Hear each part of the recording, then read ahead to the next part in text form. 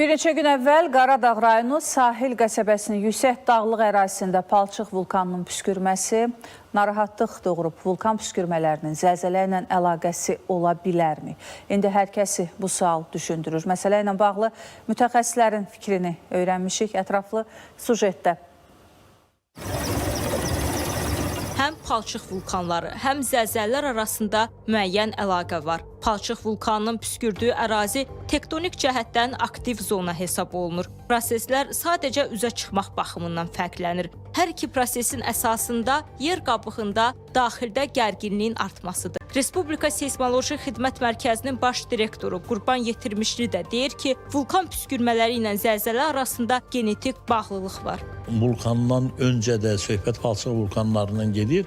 İstər-istəməz bunlar zəlzələlərlə bağlıdır. Çünki zəlzələlər necə baş verir? Litosferdə gedən onların dinamikası hesabına, hərəkətləri hesabına, yəni ki, parçalanmış bloklarda, blok daxilində olan deməli, o laylar arasında o qazların toplanmasıdır, o fluidlərin toplanmasıdır, hərəkətdir və dediyim kimi o sıxılma nəticəsində onların o, necə deyirlər, püskürmələri baş verir. Bəs palçıq vulkanlarının püskürməsinin ardınca zəlzələ baş verə bilərmi?